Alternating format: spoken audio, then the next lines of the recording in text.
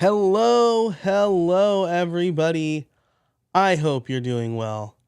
I am here streaming. We're going to talk about hopefully a fun topic, which is how to figure out what to automate. I'm really excited about this because it's something that I get asked about all the time.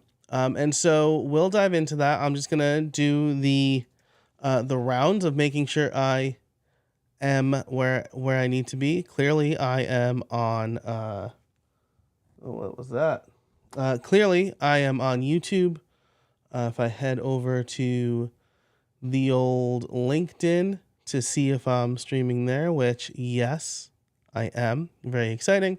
And then over on Twitter, make sure I'm streaming over there. If you are watching, let me know. Say hello. Let me know where you're coming from. And if you have any questions about automations, I'll bring up the comment doc right here.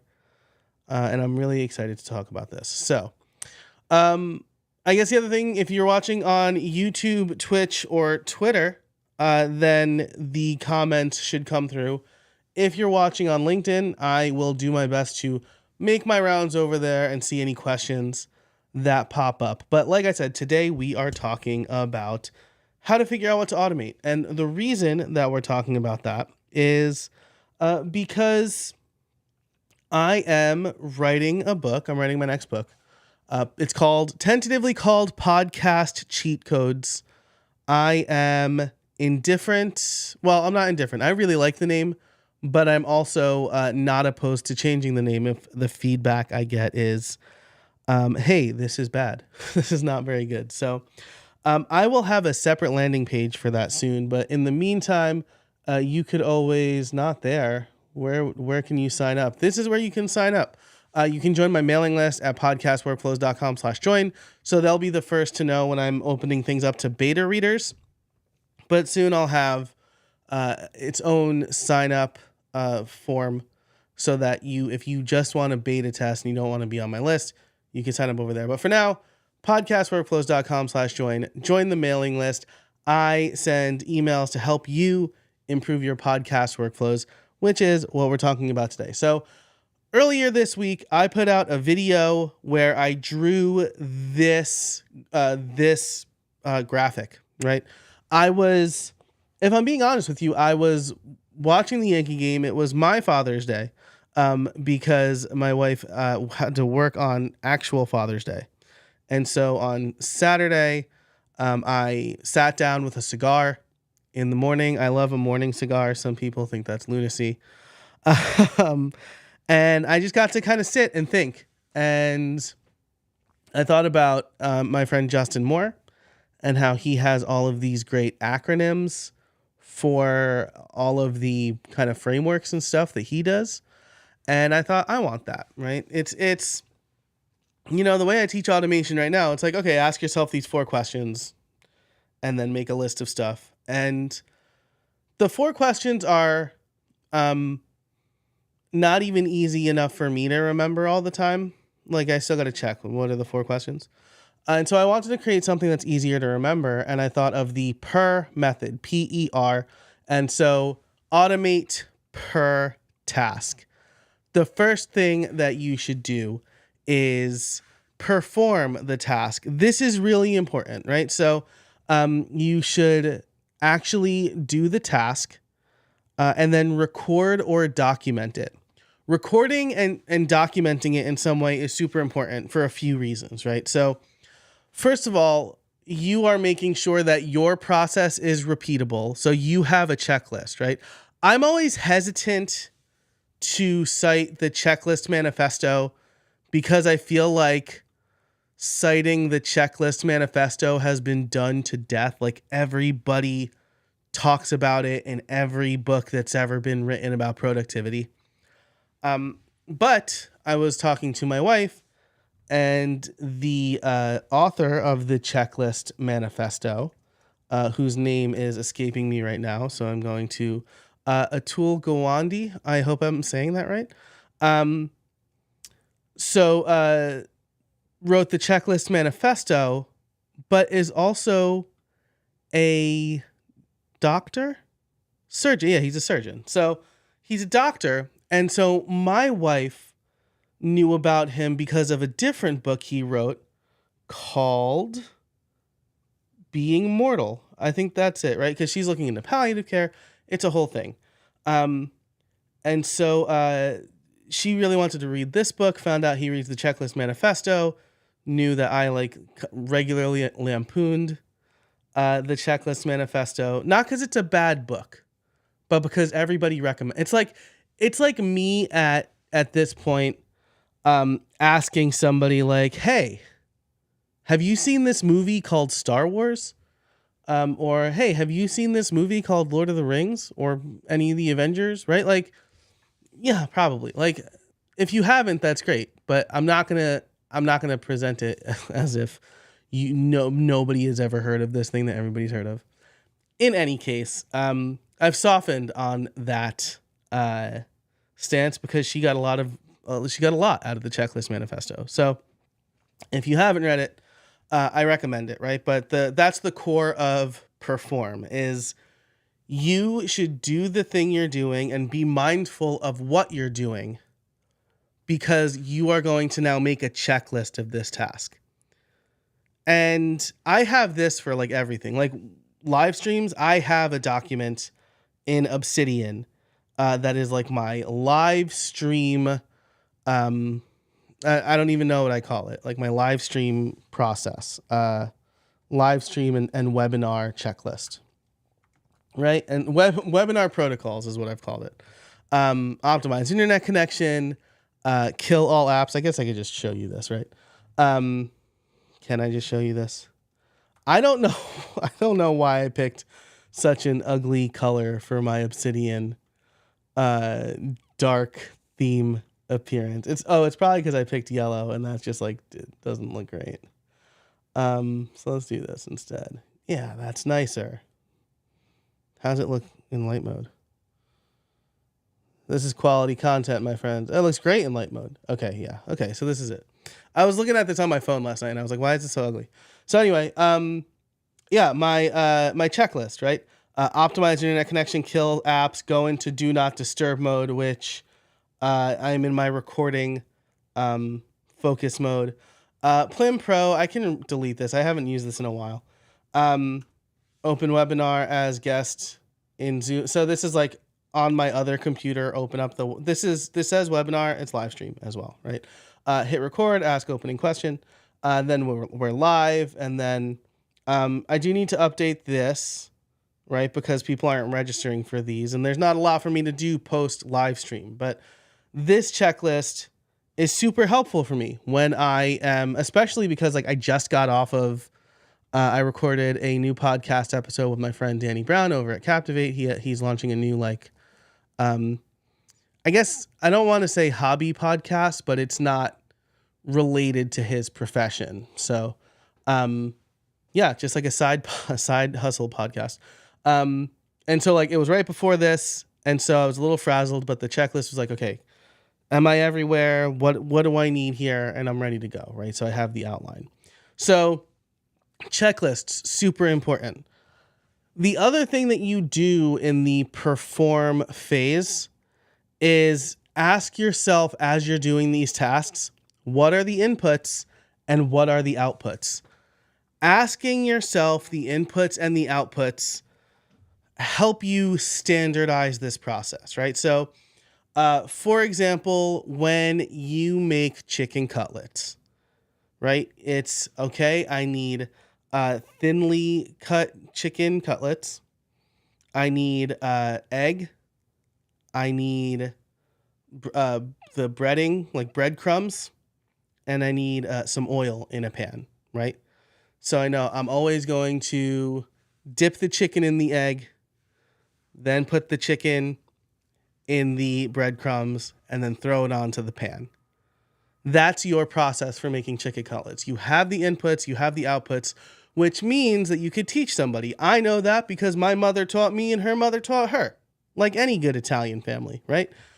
So if you have the clear inputs and outputs, this is a good sign that your process or the current task you're working on can be automated. So I see some people are joining us. If you are joining us, say hello. Let me know where you're coming from. And of course, if you have any questions about process automation or podcasting in general, right? One process that may not be automatable, right, but could be delegatable is research, guest research, right? You probably will look in similar places, but there's no clear input except for maybe the guest's name and their bio, maybe the topic you're talking about, because you want to verify if they actually know what they're talking about. But you can't be like, take these 3 things, now I have a fully researched report, right? It's probably more like, okay, the first place I'm going to look at this person is on their website. What do they say they can do on their website? Do they have any social proof? Next, I'm going to go to LinkedIn. Has anybody recommended them on LinkedIn? How many people are they connected to on LinkedIn? Are they posting on LinkedIn? Are they not on LinkedIn? Maybe then I'll go to X. If they're not on X, are they on Instagram? Do they, what are they making videos? This is way more open-ended. And so this is not something that has super clear inputs or outputs, right? I'm not saying that you can't take it off your plate, because you can have like a research assistant, but it's not low-hanging fruit because it's so different. So one of the places where I made this mistake, right, is with my VA.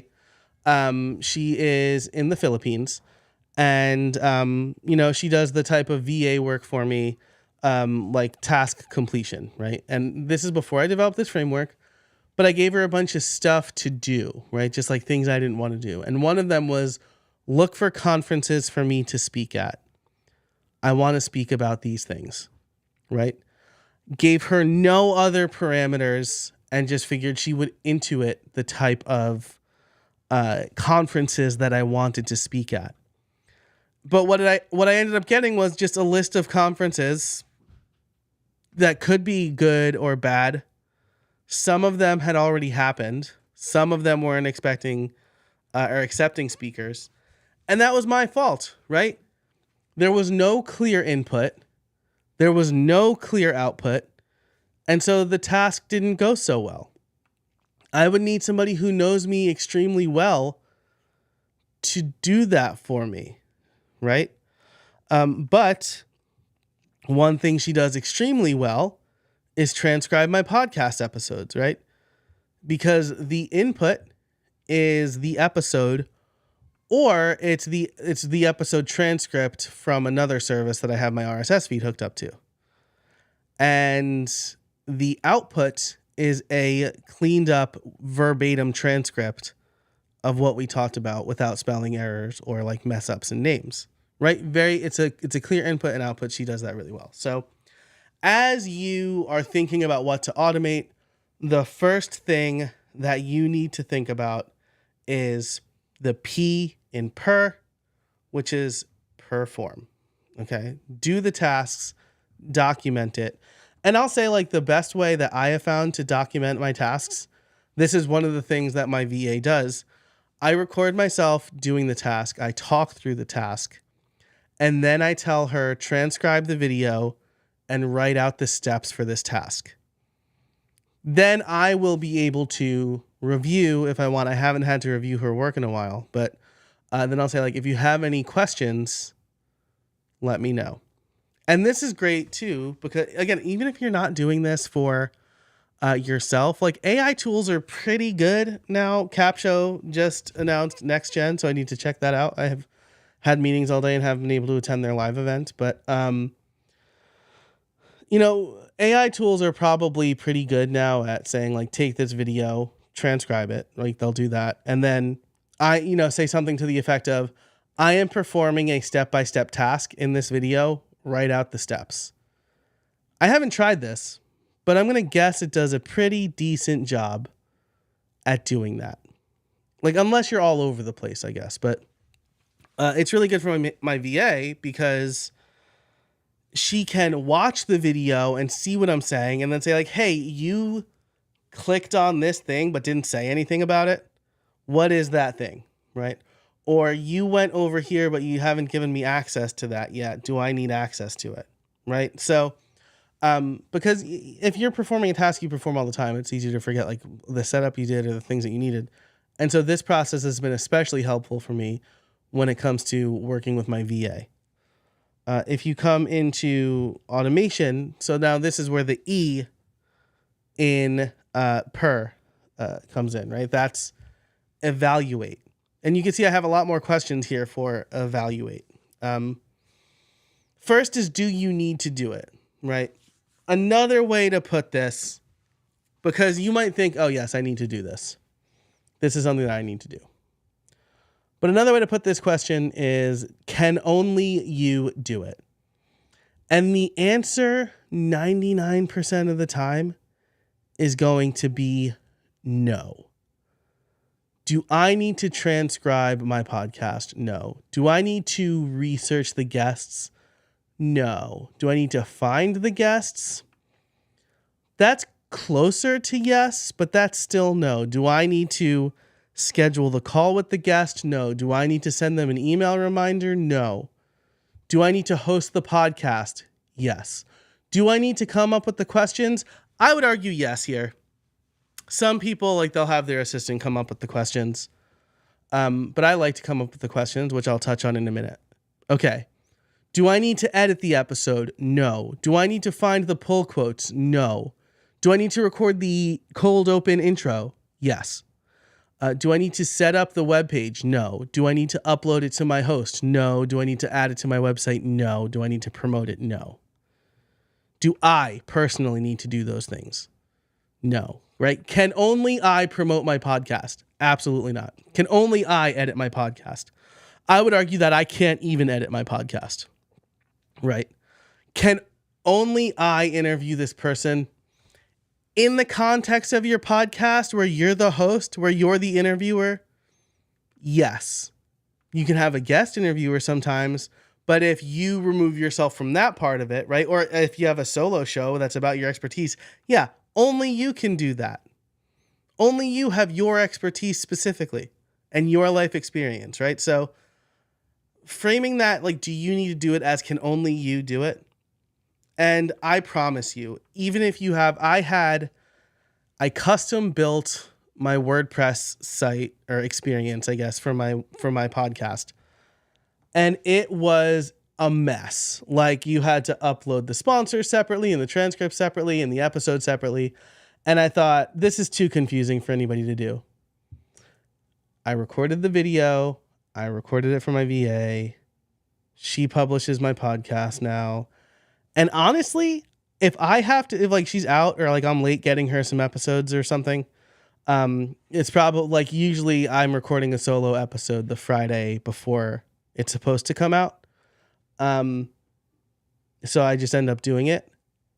And I'm like, am I forgetting stuff? I'm bad at this now, right? So you don't need to do 99% of the things for your podcast or whatever you're thinking, right? Like it could be, even if it's not for your podcast, but for your processes, right? I know somebody who did client work and like she would send the contract and then the contract would kick off a bunch of automations. Oh, the contract signs automatically sends the invoice. Invoice is paid, automatically adds them to our system, automatically onboards them, automatically sends them a video, then sends them a Calendly link to get set up for the first meeting. But all of the communication was automated. Like she didn't personally have to send that. And I would argue that that would be just like an insanely terrible use of her time. And it turns out of anybody's time. So, do you need to do it? Frame that as can only you do it. And you'll probably be surprised at how much you don't need to do. Okay, this alluding to the perform stage, right? Are the inputs clear and are the outputs clear? I said this a lot before, but so if the inputs and outputs are clear, then you have a better chance of easily automating or delegating, right? Again, it doesn't mean that you can't, right? Because then if that was the case, then nobody would have any employees doing anything, right? But if we're talking about like automating process tasks or low level delegation, inputs are clear, outputs are clear. Then we get into the question that I think causes the most trouble. Like, can another person do it or can a computer do it? So yeah, like this goes, can another person do it goes hand in hand with can only you do it. If you're the only one who can do the task, then you have to do it. Otherwise, another person can definitely do it. Just depends on their skill level. Like I said, when you do guest research, yes, another person can do that, right? My friend Terry Rice, I was on his podcast a while ago, and he has a rock solid assistant who is like his right hand gal, and so like she does all the research and all the communications. I don't have a person like that in my business right now, so I opt to do the research. I can automate some of it, and I'm working on a video for that, like a concept more or less. Because like there's some basic things you can do now with AI, but that's like there's no way it could ever stop at that point. So that's what you would want to consider. Like, if you're considering, can another person do this? And then can a computer do it? So here's how you answer the question, can a computer do it? Am I sending a very clear input from one application to another application? And can that application take the input and do something with it? So I'll go ahead and show you my Make account to show you what I mean by this. This is like a list of all of my automations, which, by the way, you can get for free over at podcastworkflows.com/join. You sign up for my mailing list and you will get a database of all of my automation templates is what that is. Okay, so let's go into Make and show you all the things. Okay, so some things where the input and output is clear. I need to turn this off, goodness. Add member to transistor, right? So why is this clear input and output? Watch tag added. When someone gets tagged with the How I Built It Pro tag, which is I think called the members tag now, create a transistor subscriber and then update the transistor with their member feed. Clear input, a user with the tag, clear output or clear outlets. In this case, let's say outcome, right? The clear outcome is that that person has a private member feed for my podcast now. All right, Calendly router we'll skip over. But let's do create new Notion doc entry from Google Doc, right? So what this is, the clear input, if it loads, maybe it doesn't, is it's watching a folder, watch documents.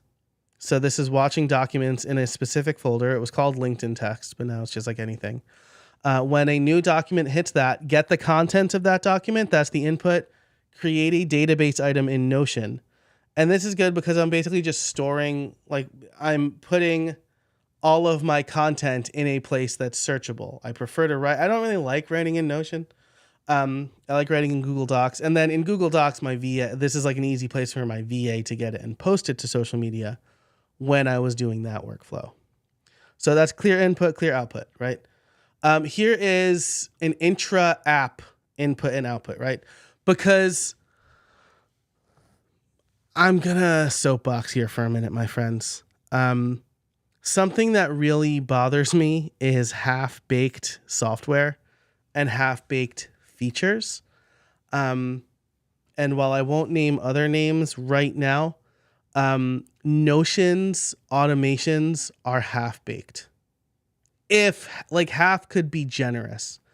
And I assume that they are half-baked because they launched their automations right around the same time generative AI was getting super popular, and they panicked and they went, oh God, we need to add an AI assistant to Notion. So they put all of their resources towards that. And I'm going to tell you, you didn't know, almost no one needs to add an AI assistant to their app. I know it's sexy and cool, But you don't need to do that. Certainly not at the sacrifice of truly useful features. That's just crazy to me, right? So anyway, Notion's automations are half-baked to the point where you can't even create a new database item inside of Notion's automations when like you change another database item because it's all static info. It's a use case that makes literally no sense. So I had to make the automation and make watch database items. This is specifically for my CRM when I win a coaching client, when I sign a coaching client. If I update an item in this database to the status 1, then create a database item in my coaching database, because then that'll help me keep all of their stuff organized over there instead of having to keep it in my CRM, which is basically like my sales and leads database. All right, so let's do one more example, and I will do, where is cal.com? Oh my gosh, is this cal.com? Did I just turn off something I definitely shouldn't have? No, okay. I mean, this is basically the same thing, but the cal.com one is like a little bit simplified. Cal.com. Okay, scheduling router, right? So a little bit more simplified. So here's what happens, right? The clear input here is someone books an event with me. Okay, so this is all events. When someone books an event with me, it kicks off this automation. Then, if the event name is called Streamline Solopreneur, kick off this automation. So this is the clear input, and these are the outputs. A Google Doc from a template, that's going to serve as our show notes document. A database item, which is my podcast planner. So like their information gets added to my podcast planner, so then I could assign an episode number to it and an air date and all that.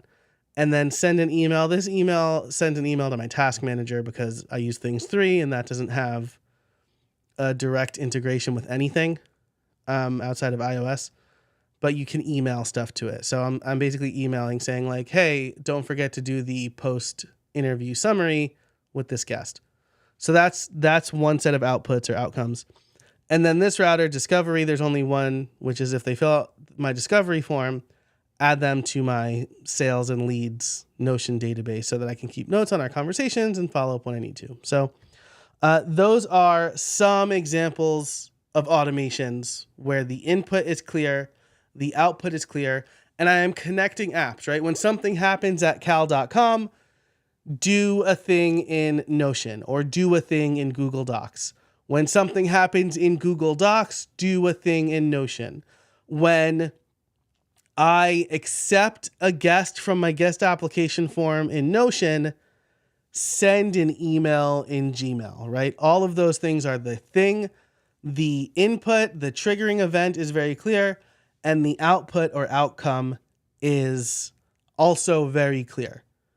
You should know what you get and you know what's coming out. So, and then again, if that's between apps or within the same app, then it's probably something a computer can do, right? But if it's, post the things to my website in this order, computer can't really do that yet.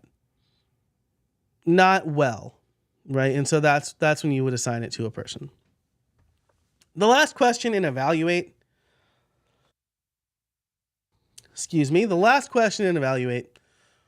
which I feel people might disagree with me on, is ask yourself, do you want to do it?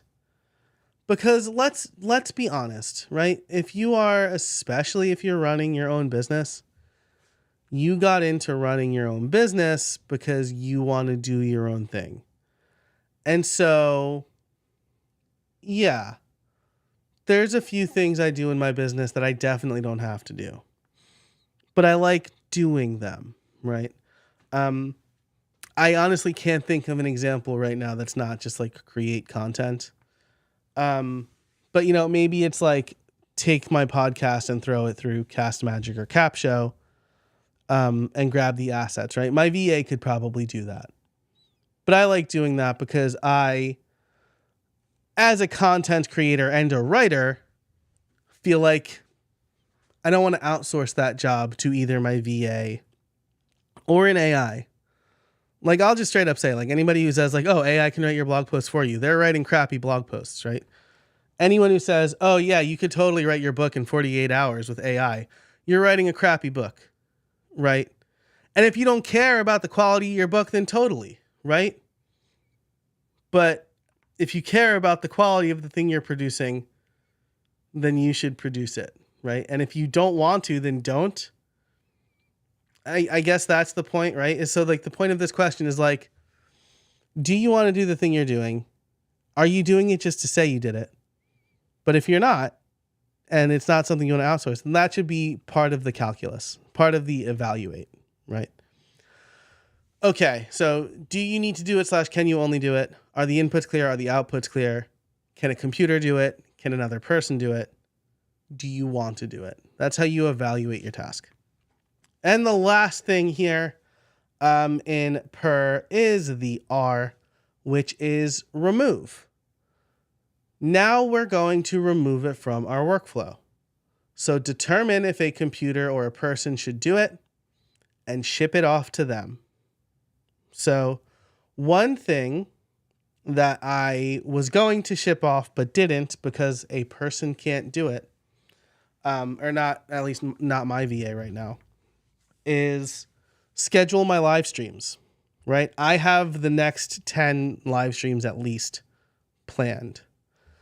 And so I could have my VA I would have her do it on Ecamm Live because that's going to guarantee that it shows up in Ecamm Live.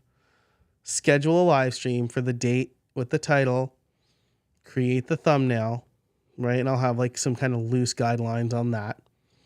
Because I could always change that later. And then schedule it in Ecamm Live. And the reason she can't do it is because she doesn't have a Mac.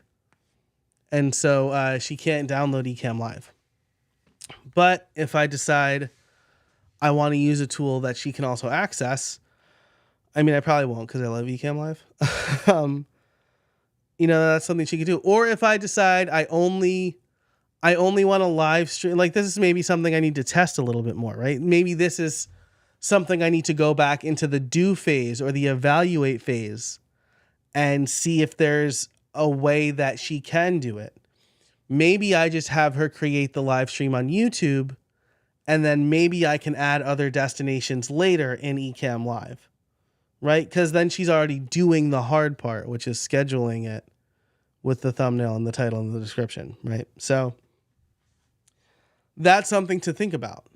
So that's something I'd like to remove from my plate. I just need to figure out in the evaluate phase, like how I can make the inputs and outputs clearer, right? But something I've definitely taken off my plate, like I said, is transcripts. I don't do the transcripts at all. I don't hit a button in Cast Magic or in Descript. Anna handles all that, right? Publishing my episodes. I don't publish episodes of Streamline Solopreneur either in my podcast host or on my website anymore. I don't publish the members episodes anymore. This was like something that I thought would be too complicated, but it's not. Right now, my ads are dynamically inserted. And they're for all intents and purposes baked in because like they don't change based on the user or really anything. But Anna needs to go in and select the campaign and then pick the timestamps. And my editor, just when he sends the episode back, he includes the timestamp for the sponsor break. And so she takes that timestamp and she knows to add the campaign, like the dynamic ads, at that timestamp. I don't need to do that anymore. So now it's like I do the interview, I do the post-interview summary. That's still really important to me. It's something I want to do because I'm going to read the intro. I want to tell the right story because I know how important the intro is in hooking the listener. And so I want to make sure I get that right. I'm not going to outsource that to AI and be like, summarize this episode and then just read that. Because it's going to be like, in this episode of the Streamline Solopreneur, host Joe Casabona delves deep into SEO with Lauren Gaggioli. Strap in for a deep dive into learning all things SEO and Google. And that's dumb. That's terrible. So that's not something I'm willing to outsource.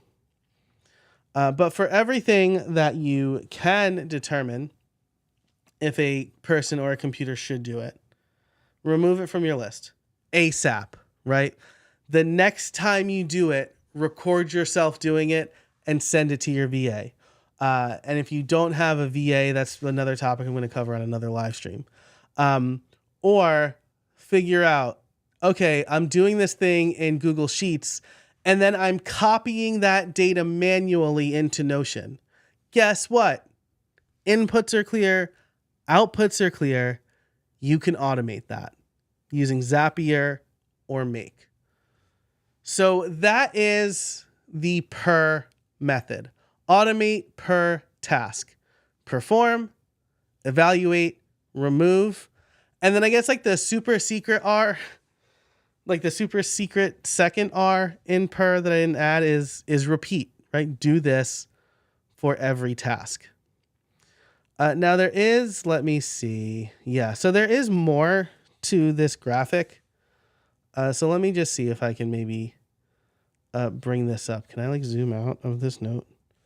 I've started using Apple Notes more, and it looks like I cannot zoom out, which is crazy. Oh, no, it's just that, the keyboard shortcut for zooming out is inexplicably different in Notes than like everything else.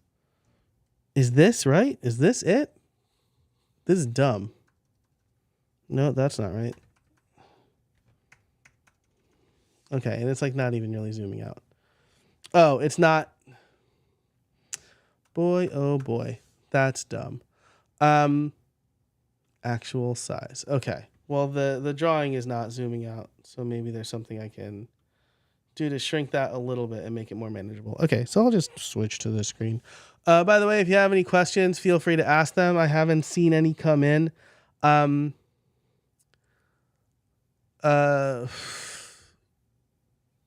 This looks like spam to me.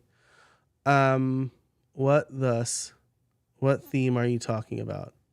Talking about automation, friendo.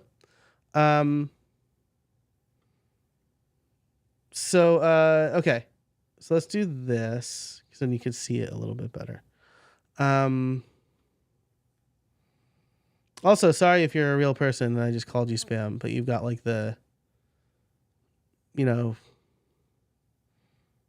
just like the default icon. What is this? What theme are you talking about? And, question's a little bit vague. So sorry, 5-star, if you are not spam, or you're not, whatever. Let me know if you're not, I guess. Okay, so there's a little bit more to this graphic. Repeat the process. And then I just kind of have like some other ways to visualize this. These are pretty raw. But this part I think is good. So if I expand this a little bit so you can see that better.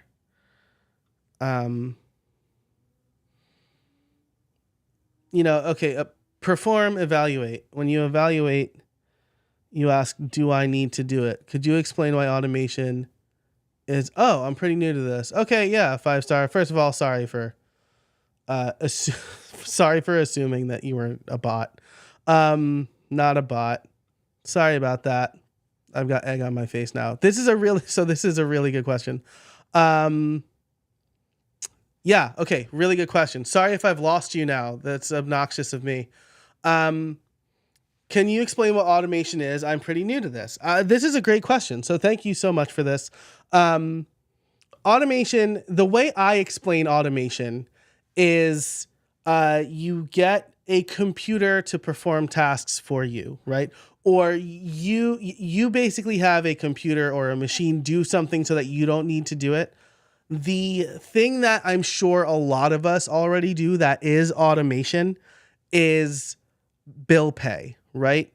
How many of you are automatically paying your rent or your mortgage or your water bill or your electric bill or definitely your cable bill, right? I don't think cable companies or cell phone companies accept checks anymore, right? So this is happening so that you don't have to remember to do it, right? And the way I'll drive this point home is when we first moved into our house, I didn't realize that the water bill was quarterly. And I didn't realize that our water bill and our sewer bill were different because they're basically the same price and they come from the same company. And so I paid I paid our sewer bill, and then we got the water bill, and I just assumed that it was the same bill, so I didn't pay it. And then while they claimed they sent 2 warnings, I can assure you that they didn't.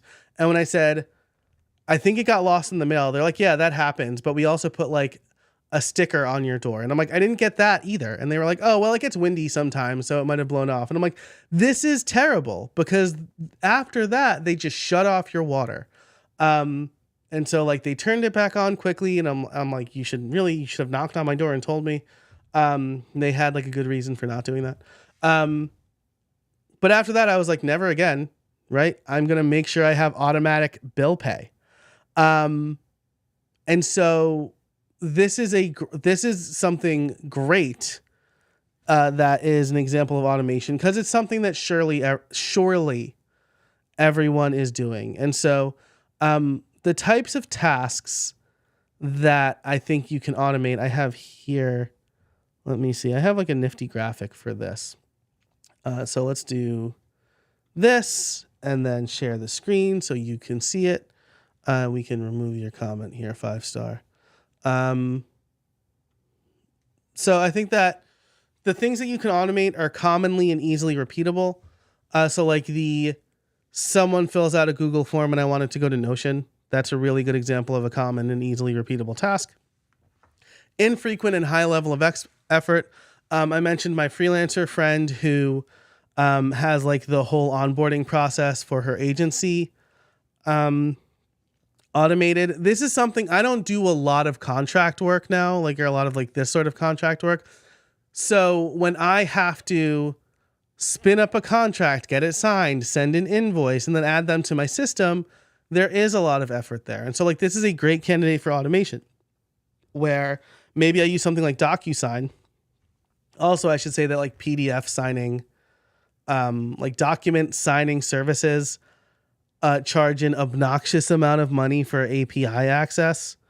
And I say it's obnoxious because I don't feel like it's relative to the cost of the actual service. Like you could pay like $10 a month and then the API is like $100 a month. And I'm like, maybe just like a few actions in Zapier would be fine. But anyway, so maybe like, yeah, if I'm using DocuSign, when a client signs in DocuSign, send that information to QuickBooks or FreshBooks and spin up an invoice, right? And then, once that invoice is paid, send them the welcome email, right? That's stuff that you can do with automation. Specific timing required. This is like when someone becomes a member of my podcast, I don't want to have them wait. Like if they sign up on like a Friday night, they're going to have to wait at least 3 days or 2 days to get the members only feed if I was doing that manually. And then things you can't forget, again, like automatic bill pay. I think I have some examples here. Yeah, so send an email to your mailing list when a new episode drops. That is easily repeatable and common. Send invoice when a contract is signed, right? That is high level of effort, maybe infrequent.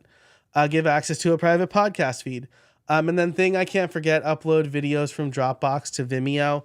When I create a new video for my members, I want to make sure, or like I do a live stream for members only, I want to make sure that they have the replay immediately.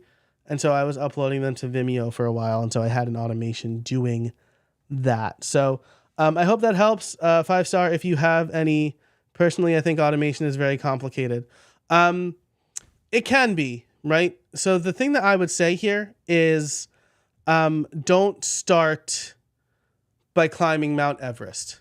Start by climbing a set of stairs. You can automation can be very complicated, right? And like some of the things I showed you here in Make are, right? Like my calendar, my scheduling router, that's complicated, right? Or this thing that has like routing and stuff. But it could also be simple, like this Notion to Notion automation. I make a change in Notion and a new record is added, right? Someone fills out a form on Google Forms and they get added to a Google Sheet. That's a 2-step automation. That's like climbing stairs, right? Whereas this is climbing Mount Everest, right? Because this is like multiple actions and multiple paths. And like this was even more complicated at another point. So that's like climbing Mount Everest. I think like something that you could probably start with is automation inside of the tools you're using. So like don't think about Zapier or Make right now. If you use Notion, look at the built-in Notion automations. Or if you use Airtable, look at the built-in Airtable automations. If you have a WordPress site, you can find a plugin that will do the automations for you. If you have a podcast and you're using a host, and you have a podcast RSS feed, you can, if you use ConvertKit, for example, you can connect your RSS feed to ConvertKit. And so like ConvertKit reads the RSS feed and sends out a notification to your mailing list when a new episode drops. So yes, it could feel very complicated. But if you start small, it doesn't have to be. I have a lot of complicated automations. I've been building automations for like almost a decade now. It's been my main focus for the last few years, but I was challenged in just like shortly after I had kids. Hey, take stuff off your plate. If I'm being honest, I'm pretty young. I joined your live stream to learn, and it's been really great here. I'm enjoying it. Well, thank you, 5-star. I appreciate that. Put that up on the big screen. I'm really glad you're enjoying this. And you know what? Like, young is a great place to start, right? I made my first website when I was 14 years old. And I like stumbled through it and I learned the hard way, and I used an app called Microsoft Front Page, which I'm pretty sure is dead now. But that led to me being a web developer for 20 years before moving into podcasting and automation. So, I think one of the benefits of being young is you have time. You have time to explore and learn stuff and mess up, and it's pretty low stakes when you mess up. If I mess up an automation for one of my clients right now, it would be bad. They'd be like, what the hell happened? Right. But like, when I was learning how to do this and it was pretty low stakes, or when I was building websites just for myself and I took the website down, it didn't really matter. Right. I was just trying to figure it out. So, this is great. I really appreciate you being here. I appreciate you confirming that you're not a bot. I feel like an idiot now. So yeah, if you have any other questions about automation, or like connecting tools, right? I think WordPress is a pretty good playground if you're interested. What's a web developer, if I may ask? It's someone who makes websites. So I don't know what it's called now. Front end web designer or implementer it's somebody who makes websites, right? And so, I would use WordPress for making websites.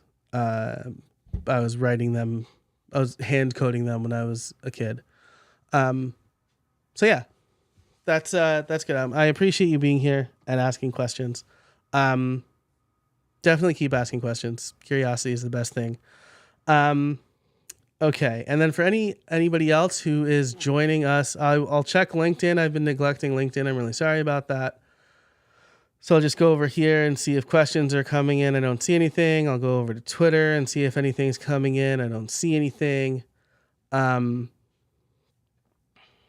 that was a really good question that got us like all the way to the end, basically.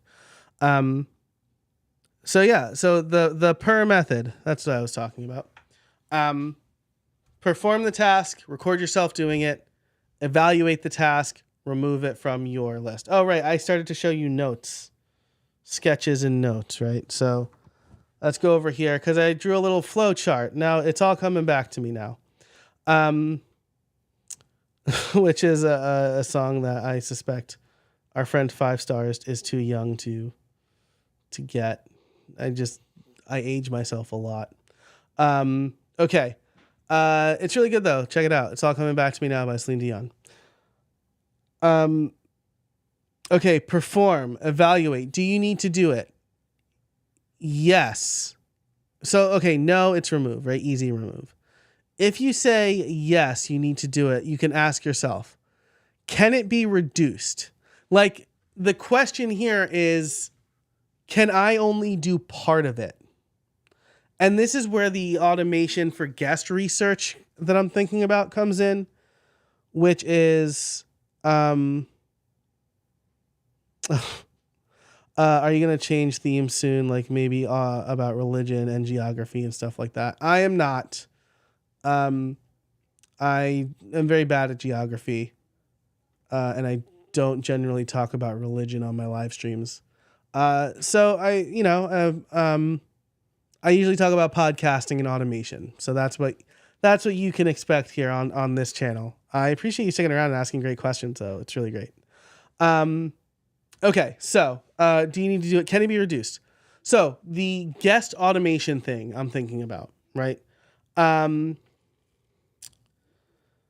The first part you probably could automate, right? The way I'm envisioning it is I have a form for people to fill out if they want to be a guest on my podcast. That gets added to Notion, right? But what we could do in the middle there is send the information to an AI tool like ChatGPT. With a prompt, you'd want to really like get the prompt right here. But you might say something like, I'm considering interviewing guest name, about, and then the topic they proposed. Here's their bio. Here is their website. Can you generate a list of sources where they talk about topic? This could be blog posts that they've written, other podcasts they've been on, or any other content that fits into what they want to talk about. Can you please also find the links to their social channels? And then maybe the last thing I would say is, can you summarize all of this for me? And the reason that this is not where you stop is because like summary is dumb and bad, right? Like it's like it could hallucinate stuff. It may not highlight the things you want to highlight, but it's doing instead of you going to Google and going to their website and finding blog posts and things like that, the automation is doing a lot of that work for you. And then you could take what it found and dig deeper. So like, can you break up tasks into smaller tasks? Right? Yes. If it can be reduced, then remove parts of it. Or maybe like we want to swing this back up to perform each of those tasks. Can it be reduced? No. And then fine. Reaffirm that you have to do this and add it to your list. So that was a fun little flow chart that I drew. That's like pretty raw. I think I need to tighten that up a little bit. 5 Star coming in with a question here. What do you think is the best thing about automation? For me, it saves me time. Like at like 40 hours a month. Because as you know, if anybody who knows me knows I have kids and I'm trying to run a business and I have 3 podcasts and client work. And so I wouldn't be able to do all of that stuff without automation. I certainly wouldn't be able to do it efficiently. And so I think that's the best thing about automation. I love automation. I'm a problem solver and I love puzzles and stuff like that. And automation is, I can't do anything with my hands.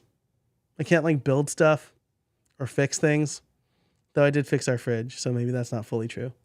But but I can build stuff with automation, and that's really fun. 5-star asking, what is the main idea of automation? I guess in this context, and I think we're coming to the top of the hour, so this will be the last question I answer. What's the main idea of automation? That's a pretty philosophical question. I think it's the funny and weird way I put it is it's getting robots to do things for you so you don't have to. But it like really the main idea is you are considering the tasks that you have to do, and then you're telling a computer to do the other ones. So I think that's the main idea. And that's where we'll leave it. So thank you, 5-star, for your fantastic questions. I appreciate it. Thank you for everybody else who tuned in and is watching. If I didn't see your question or get to your question, I apologize, but thank you so much for being here. Let's see. I will check LinkedIn really quick. Cool. Thank you so much for being here. If you want to learn more about what I'm doing, and then get, be one of the first to know when I'm starting the beta reading process for my books. You can join the mailing list over at podcastworkflows.com.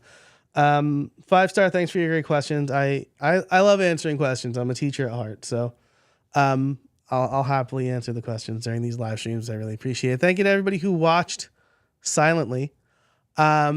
No shade. That sounded like shade. It wasn't shade. Thank you for everybody who tuned in. I really appreciate you.